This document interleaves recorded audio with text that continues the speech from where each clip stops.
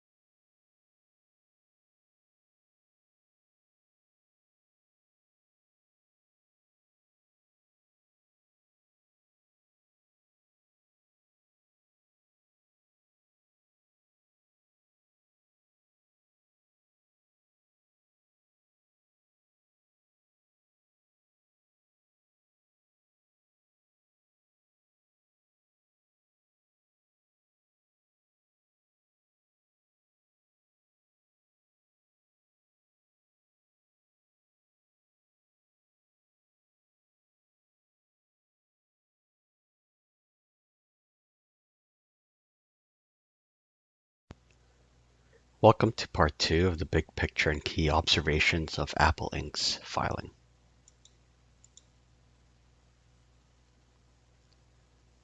Looking at this net sales by category table, big picture, we can see that Apple has seen growth in all of its categories except for the iPhone, which has decreased significantly between 2018 and 2019. Net sales for iPhones decreased by 14%. So we can now see that this is no longer a growth category for Apple, and the lower net sales was driven by lower iPhone unit sales between 18 and 2019. For Mac, we can see that the Mac net sales was relatively stable and flat year over year. Apple has explained that the slight increase during 2019 compared to 2018 was mainly due to higher net sales of the MacBook Air, partially offset by lower net sales of the MacBook and MacBook Pro. For the iPads, we can see an increase of 16% for the iPad sales year over year. Apple explains that this was mainly due to higher net sales of the iPad Pro product line. For wearables, home, and accessories, we can see significant growth of 41% for Apple's wearables, home, and accessories categories. This increase was driven by higher net sales of its AirPods and Apple Watch. Lastly, for services, we can see that services net sales increased during 2019 compared to 2018, primarily due to higher net sales from the App Store, licensing, and Apple Care.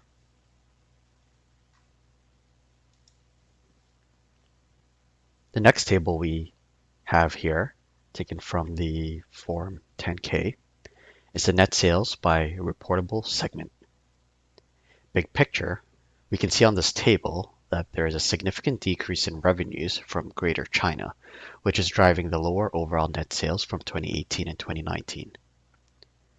Starting with the Americas, we can see net sales increase during 2019 compared to 2018, primarily due to higher services and wearables, home, and accessories net sales. However, this was partially offset by lower iPhone net sales in this region. For Europe, Greater China, and Japan, we can see that net sales decreased during 2019 compared to 2018. As Apple explains it, this was due to lower iPhone net sales, partially offset by higher wearables, home, and accessories and services net sales. The last region we have here is the rest of Asia Pacific segment. We can see that net sales increased during 2019 compared to 2018, primarily due to higher wearables, home, and accessories and services net sales, again partially offset by lower sales of the iPhone.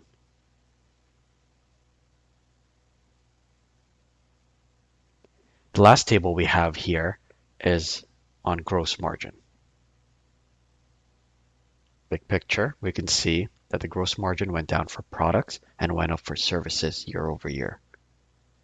More importantly, we can see that the gross margin for Apple is higher for its services than it is for its products division.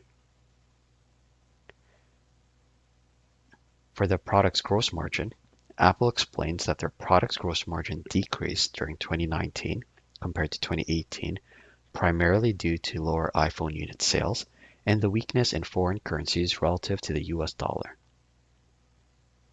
In contrast, for the services gross margin, Apple explains that their year-over-year services gross margin increased during 2019 and 2018, primarily due to higher services net sales and a different services mix. Year-over-year, services gross margin percentage increased during 2018 and 2019, primarily due to different services mix and leverage of the company's services fixed cost structures from higher services net sales. In short, although we can see that the total gross margin for Apple's sales was 37.8%, which is a healthy margin, we can see how much more profitable the services segment is, which has a gross margin of 63.7% as compared to its products division, which has 32.2%. So we can see this trend where Apple will continue to focus on its services lines because it's not only more profitable and has a higher gross margin, but it's also where we're seeing a lot of growth year over year.